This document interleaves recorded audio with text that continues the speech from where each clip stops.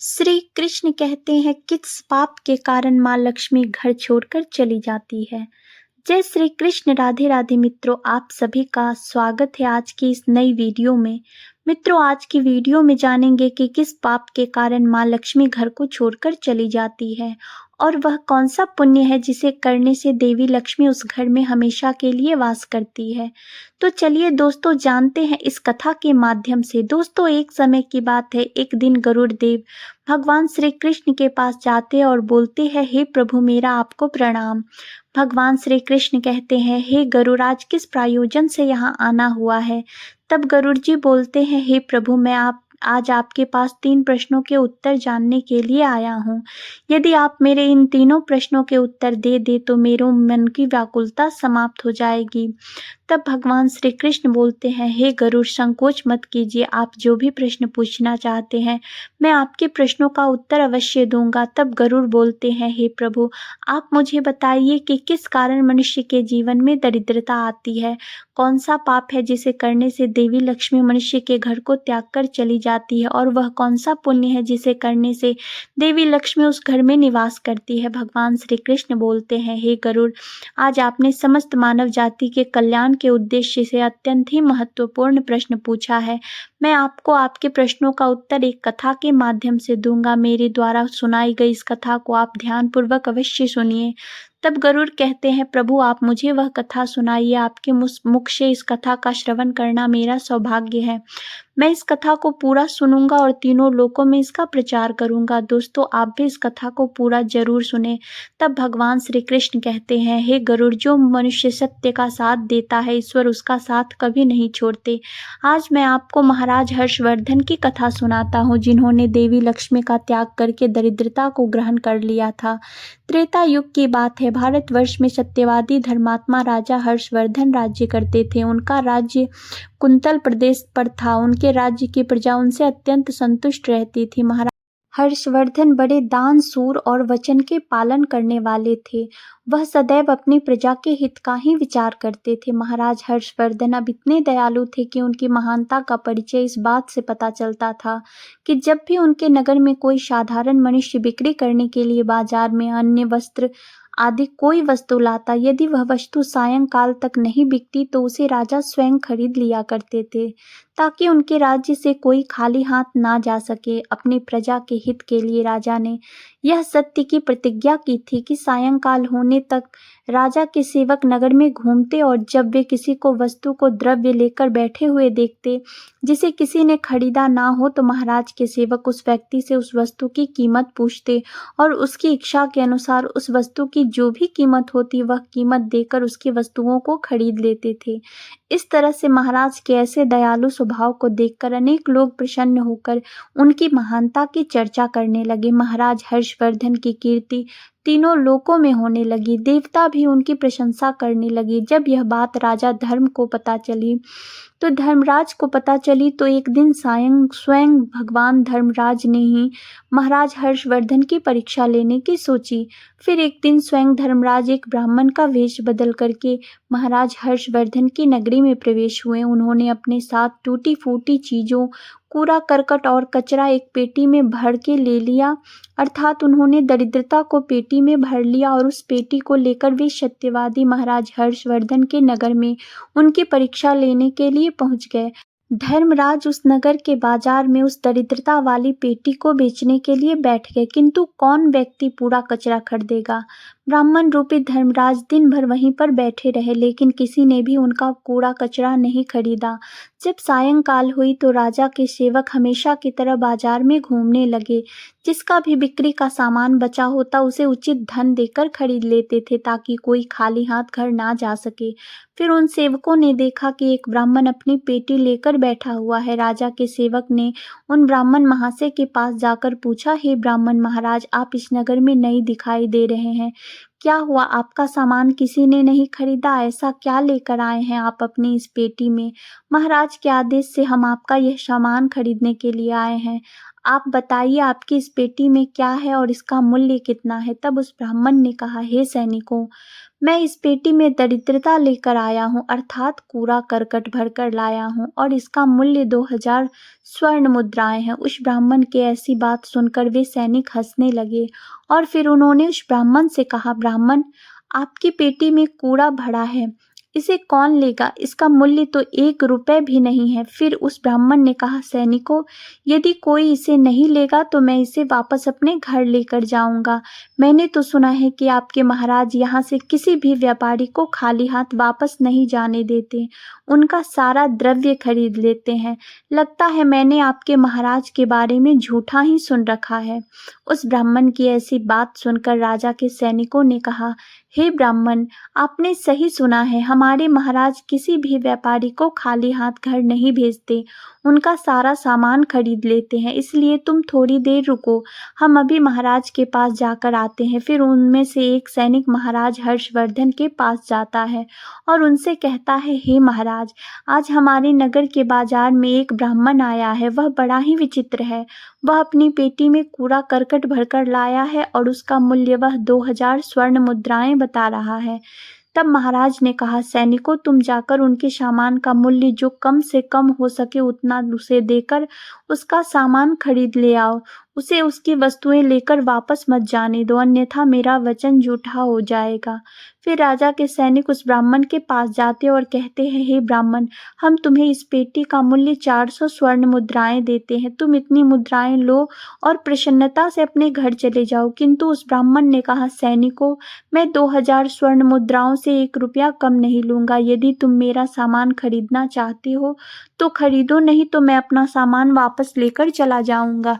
तब उस राजा के सैनिकों ने कहा, हे ब्राह्मण, ठीक है, अब हम तुम्हें इस पेटी के बदले 600 मुद्राएं देते हैं, इतना मुद्राएं तुम्हारे लिए सही रहेगा। लेकिन फिर भी वह ब्राह्मण नहीं माना और 2000 स्वर्ण मुद्राओं पर ही अड़ा रहा और कहने लगा, मेरा सामान लेना है तो लो, नहीं तो मैं चला।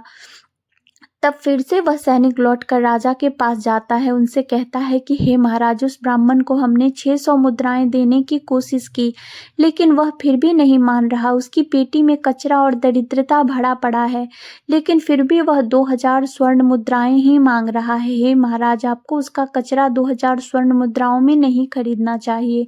महाराज हर्षवर्धन कहते हैं, हे सैनिकों, यह मेरे सत्य की प्रतिज्ञा है, मैं किसी भी व्यक्ति को अपने राज्य से खाली हाथ नहीं जाने दे सकता।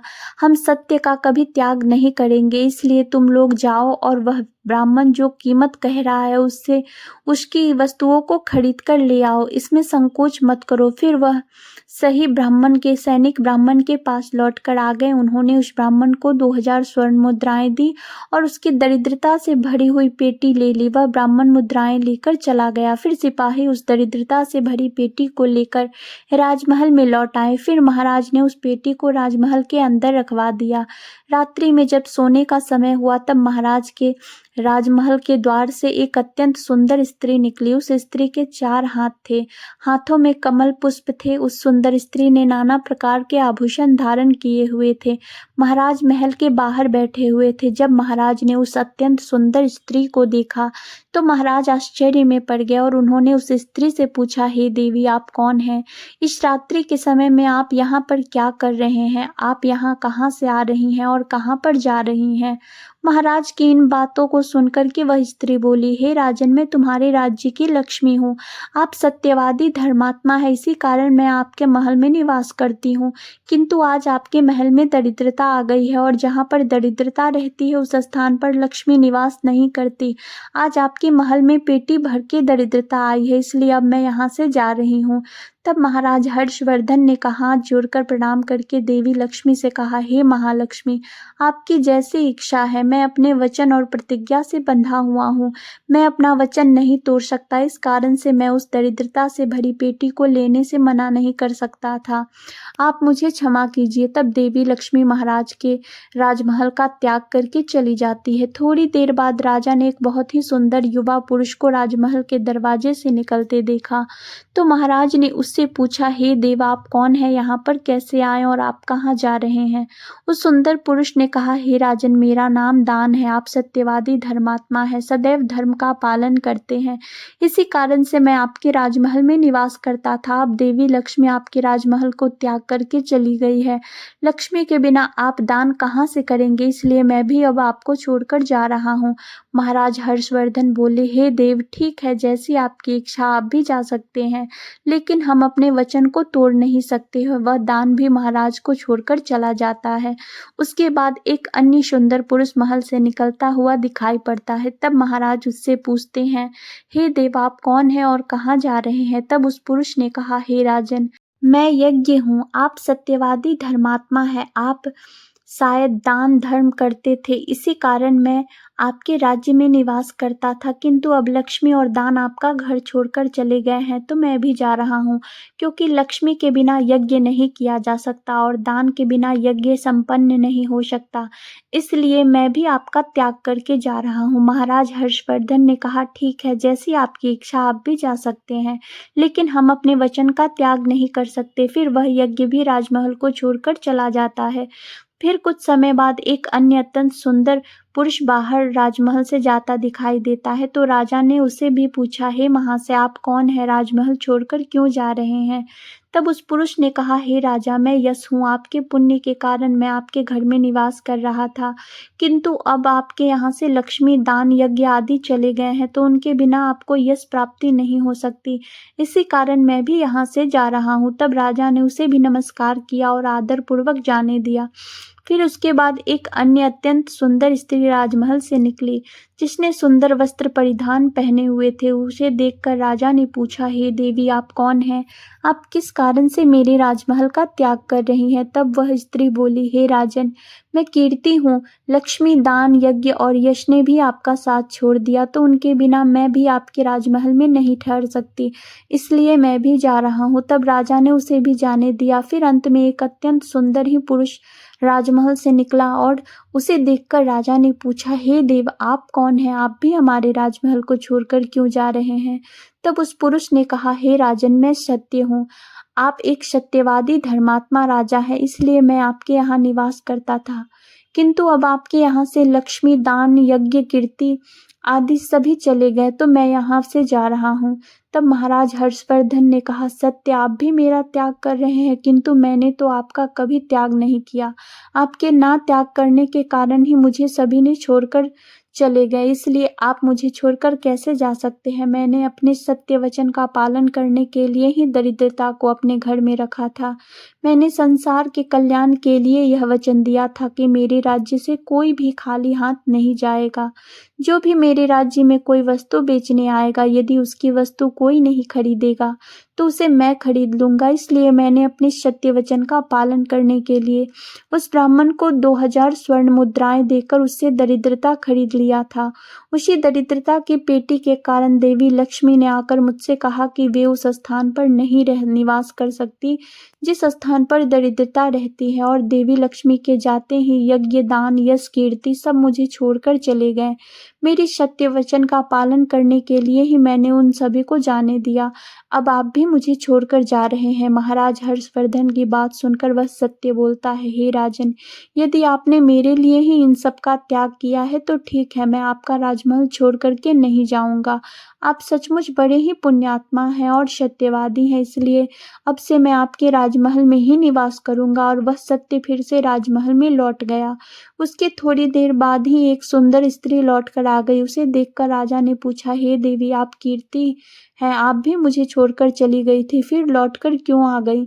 तब कीर्ति ने कहा, हे राजन, मुझे क्षमा करो, मैं लक्ष्मी, यज्ञ, दान, यश के बिना तो रह सकती हूँ, किंतु सत्य के बिना नहीं रह सकती, इसलिए जहाँ सत्य रहेंगे वहीं मैं भी रहूंगी। फिर राजा ने कीर्ति का स्वागत किया और वह राजमहल में चली गई। फिर यश वहां लौट कर आ गया। राजा ने उससे पूछा, हे महाशय, आप तो यश है, आप मुझे छोड़कर चले गए थे, फिर लौटकर क्यों आ गए? तब उस पुरुष ने कहा, हे राजन, कोई राजा कितना भी बड़ा धनवान हो, दान, यशस्वी हो, किंतु सत्य के बिना उसे यश प्राप्त नहीं हो सकता। इसलिए जहाँ पर सत्य विराजमान रहता है, मैं भी वहीं पर रहता हूँ। सत्य के बिना मैं नहीं रह सकता।